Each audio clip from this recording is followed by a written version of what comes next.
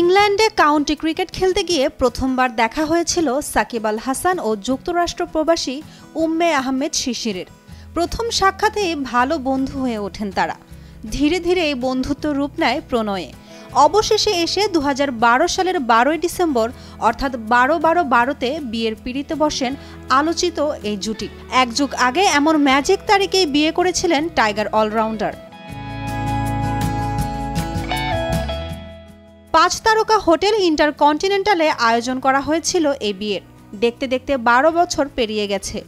একসঙ্গে পথ চলার এক যুগ পার করে ফেলেছেন দুজনেই। কোল জুড়ে এসেছে 3টি সন্তান। এবার এই নিয়ে বৃহস্পতিবার নিজেদের বিবাহ বার্ষিকীতে সামাজিক যোগাযোগ মাধ্যমে একটি আবেগঘন পোস্ট করেছেন সাকিব পত্নী শিশির।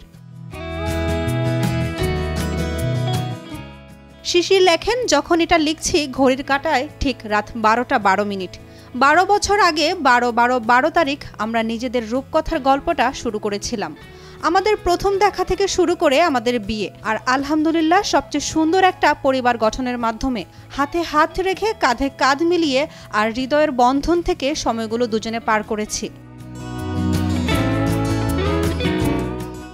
শিশির আরও লেখেন, প্রতিশ্রুতি ছিল একসঙ্গে সারা জীবন থাকার, কখনো কেউ কাউকে ছেড়ে না যাওয়ার। আমার প্রতি তোমার ভালোবাসার কোনো তুলনাই হয় না, আর প্রতিটা দিনের জন্য আমি তোমাকে ভালোবাসি।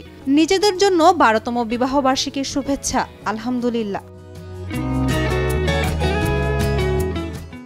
2012 সালে সাকিব শিশির দম্পতির ঘর আলো করে আসে কন্যা সন্তান আলাইনা হাসান। এরপর 2020 সালের এপ্রিলে এই জুটির কোল আলো করে আসে দ্বিতীয় কন্যা সন্তান ইরাম হাসান এবং 2021 সালের মার্চে ছেলে ইজা আল হাসানের জন্ম হয়। ক্রিকেট ক্যারিয়ারের শেষ সময়টা ভালো কাটছে না টাইগার অলরাউন্ডারের। পরিবার নিয়ে এখন বেশিরভাগ সময়ই যুক্তরাষ্ট্রে কাটান সাকিব। অবশ্য দেশের রাজনৈতিক পট পরিবর্তনের পর সাকিবের দেশে ফেরাটাই অনেকটা অনিশ্চয়তায় পড়ে গেছে। এমনকি নিজের ক্যারিয়ারও থমকে গেছে।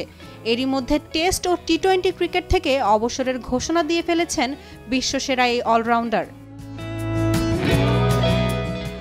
উর্মি আক্তার সোমা, কালের কণ্ঠ।